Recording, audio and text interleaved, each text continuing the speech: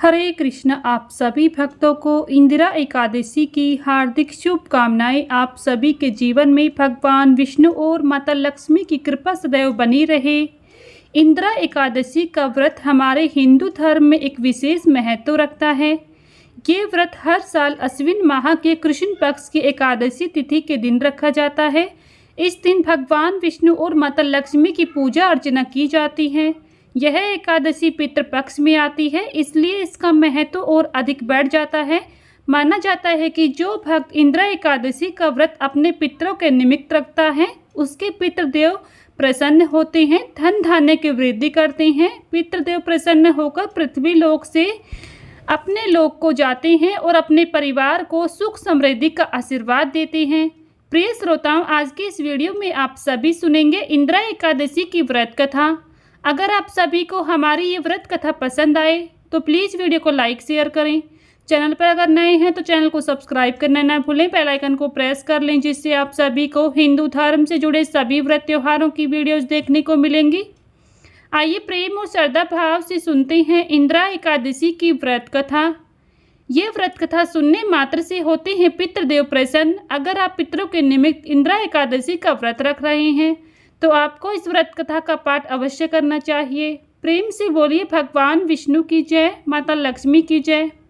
राजन, पूर्व काल की बात है। सत्य युग में इंद्रसेन नाम से विख्यात राजकुमार थे, जो अब महिषासुरपुरी के राजा होकर धर्म पूर्वक प्रजा पालन करते थे। उनका यश सब ओर फैला हुआ था।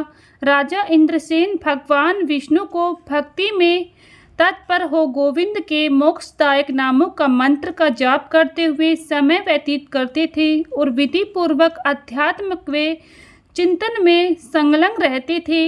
एक दिन राजा राजसभा में सुखपूर्वक बैठे हुए थे। इतने ही वे देवर्षि नारद आकाश से उतरकर वहां आ पहुँचे।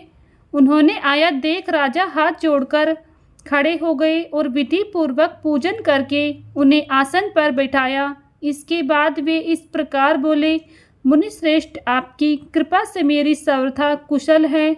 आज आपके दर्शन से मेरी संपूर्ण यज्ञ क्रियाएं सफल हो गईं। देवेश अपने आगमन का कारण बताकर मुझ पर कृपा करें। नारद जी ने कहा, नृपश्रेष्ठ, सुनो, मेरी बात तुम्हें आश्चर्य में डालने वाली है। मैं ब्रह्मलोक से यमलोक में आया था। वहाँ इस श्रेष्ठ आसन पर बैठा और यमराज ने मेरी भक्ति पूर्वक पूजा की। उस समय यमराज की सभा में मैंने तुम्हारे पिता को भी देखा था। वे व्रत भंग के दोष से वहां आए थे। राजन, उन्होंने तुमसे कहने के लिए एक संदेश दिया है, उन्हें सुनो। उन्होंने कहा है, बेटा, मुझे इंदिरा के व्रत का पुण्य देकर स्वर्ग में भेजो। उनका यह संदेश लेकर मैं तुम्हारे पास आया हूँ। राजन, अपने पिता को स्वर्गलोक की प्राप्ति कराने के लिए इंदिरा एकादशी का व्रत करें। राजा ने पूछा, भगवान, कृपा करके इंदिरा एकादशी का व्रत बताइए। किस पक्ष में, किस स्थिति में और किस विधि से उसका व्रत करना चाहिए। राजेंद्र, सुनो, मैं तुम्हें इस सर्वथा कुशल व्रत की शुभ कारक विधि बतलाता हूँ। अश्विन मास के कृष्ण पक्ष में दशमी के उत्तम दिन को श्रद्धा युक्त चित्ते प्रातःकाल स्नान करें। फिर मध्याह्न काल में स्नान कर एकाग्रचित्त होकर एक समय भोजन करें। रात्रि में भूमि पर सोएं। रात्रि के अंत में निर्मल प्रभात होने पर एकादशी के दिन दातुन करके मुख धोएं। इसके बाद भक्ति भाव से कमल नयन, भगवान नारायण, आज मैं सब भोगों से अलग हो निराहार रहकर कल भोजन करूँगा। अच्युत, आप मुझे शरण दें। इस प्रकार नियम करके मध्याह्न काल में पितरों की प्रसन्नता के लिए शालिग्राम शिला के सम्मुख विधि पूर्वक श्राद्ध करें। दक्षिणा से ब्राह्मणों का सत्कार करके उन्हें भोजन करावें। पितरों को दिए हुए अन्न में पिंडदानों को सूंघ कर विद्वान पुरुष गाय को खिला दें। फिर धूप और गंध आदि से भगवान हरिकेश का पूजन करके रात्रि में उनके समीप जागरण करें। तब पश्चात सवेरा होने पर द्वादशी के दिन पुनः भक्ति पूर्वक श्री हरि की पूजा करें। उसके बाद ब्राह्मणों को भोजन कराकर भाई बंधु नाती और पुत्र आदि के साथ समय मौन होकर भोजन करें। राजन, इस विधि से आलस्य रहित होकर तुम इंदिरा एकादशी का व्रत करो। इससे तुम्हारे पितृ भगवान विष्णु के वैकुंठ धाम में चले जाएंगे। भगवान श्री कृष्ण कहते हैं, राजन, राजा इंद्रसेन ने ऐसा कहकर देवर्षि नारद अंतर्ध्यान हो गए। राजा ने उनकी बताई हुई विधि से अनंतपुर की रानियों, पुत्रों और भृत्यों सहित उस उत्तम व्रत का अनुष्ठान किया। कुंती नंदन व्रत पूर्ण होने पर आकाश से फूलों की वर्षा होने लगी। इंद्रसेन के पिता गरुड़ पर आरूढ़ होकर श्री विष्णु धाम लोक को चले गए और राजा श्री इंद्रसेन भी अकंटक राज्य का उपभोग करके अपने पुत्रों को राज्य पर बिठाकर स्वयं स्वर्गलोक को गए। इस प्रकार मैंने तुम्हारे सामने इंदिरा एकादशी व्रत के महात्म का वर्णन किया। इसको पढ़ने और सुनने से मनुष्य सब पापों से मुक्त हो जाता है। इंदिरा एकादशी की व्रत कथा सुनने मात्र से पितृदेव प्रसन्न होते हैं। पितृदेव प्रसन्न होकर अपने परिवार को सुख समृद्धि का वरदान देते हैं। इस प्रकार अश्विन मास के कृष्ण पक्ष की इंदिरा एकादशी की व्रत कथा यहाँ संपन्न होती है। आइए अब इंदिरा एकादशी के अवसर पर सुनते हैं भगवान विष्णु एक सच्चे भक्त की कहानी। एक गांव में भोला नाम का एक गरीब ब्राह्मण रहता था। उसे शास्त्रों का बहुत ज्ञान था।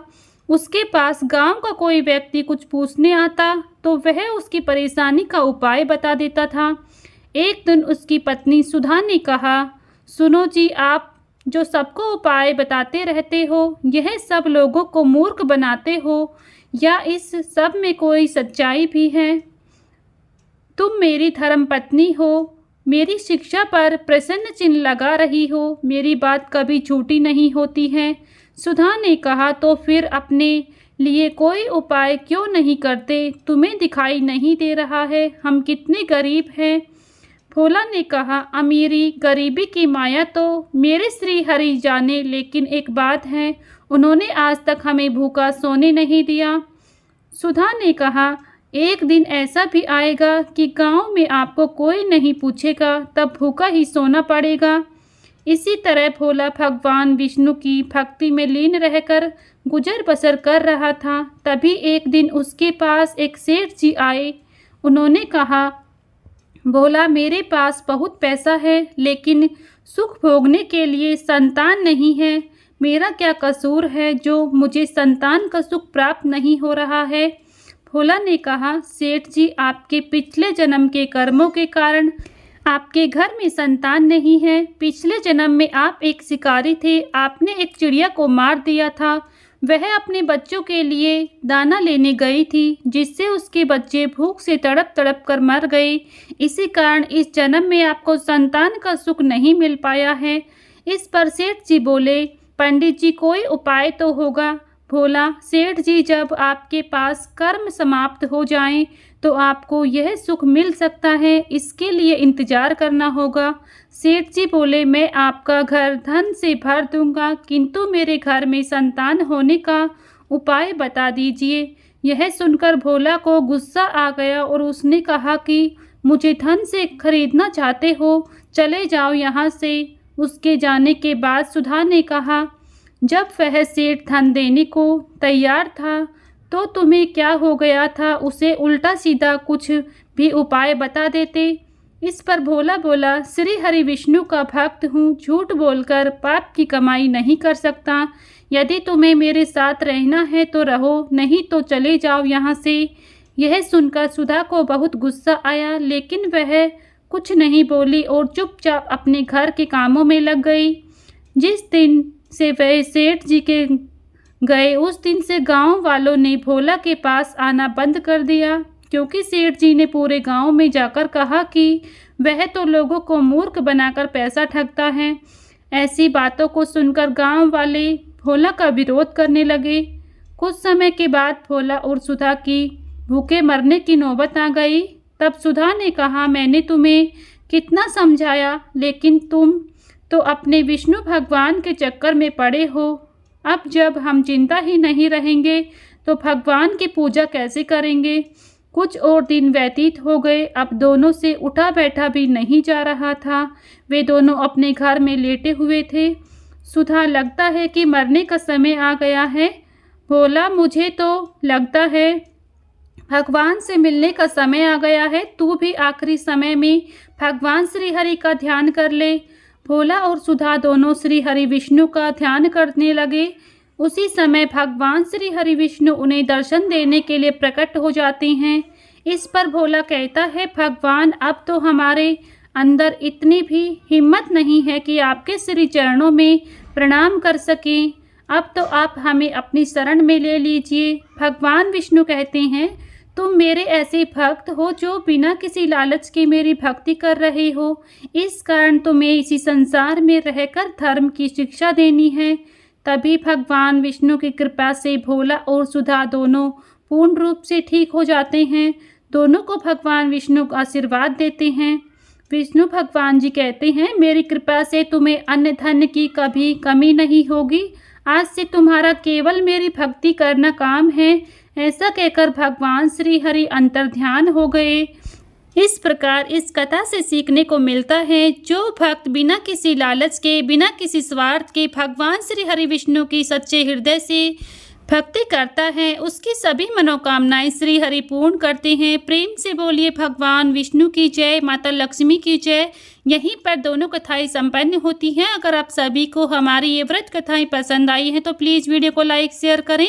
चैनल पर अगर नए हैं तो चैनल को सब्सक्राइब करना ना भूलें। बेल आइकन को प्रेस कर लें, जिससे आप सभी को हिंदू धर्म से जुड़े सभी व्रत त्योहारों की वीडियोस देखने को मिलेंगी। मिलती हूँ नेक्स्ट वीडियो में। तब तक के लिए सभी को राधे राधे, जय श्री कृष्णा।